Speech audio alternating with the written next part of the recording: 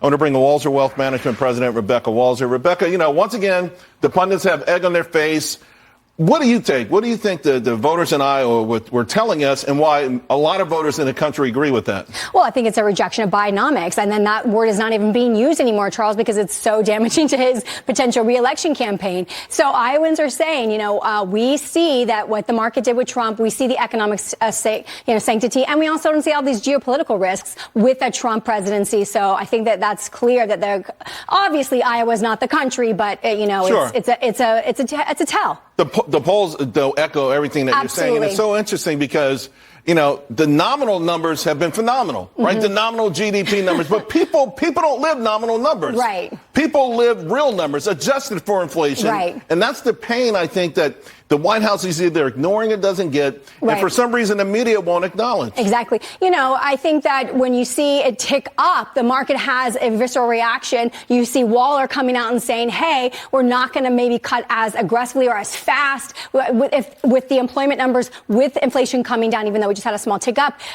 We don't have to be as aggressive. We're not in the middle of this astronomical economic condition. And so, Charles, should they be so accommodative when we're doing okay? Because if we do have some kind of other situation happen, they need to have some dry powder. Let me catch the audience up with what you're talking about. So Governor Waller, who's perhaps the biggest hawk on the Fed, very influential. He spoke yesterday.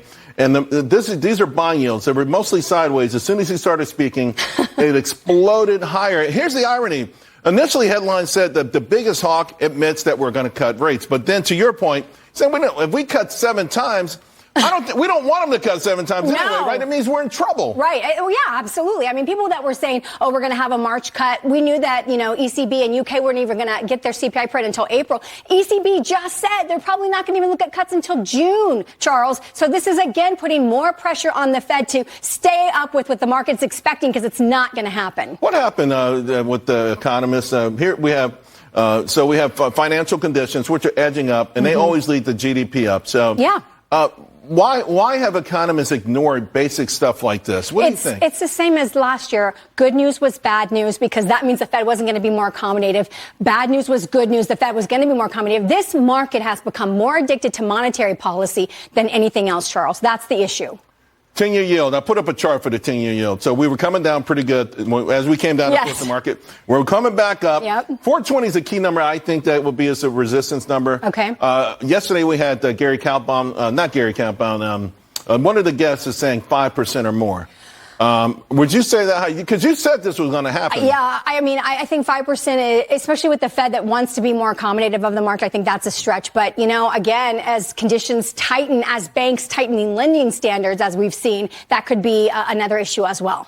Okay. Now, you've been telling everyone, you've been worried about things. Yeah. You've been saying hide out in gold. Yeah. And gold, for the most part, was going sideways for a long time. Yep. But now it's taken off like a rocket. It's breaking some key resistance points. Exactly. Is it too late? Is this still a place that you want to be overweighted?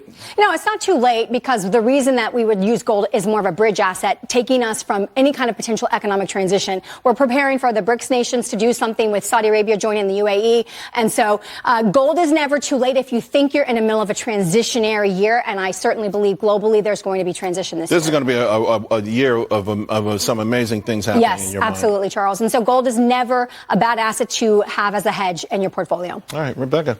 Great stuff. Thank really you, Charles. appreciate it. Thank you. All right.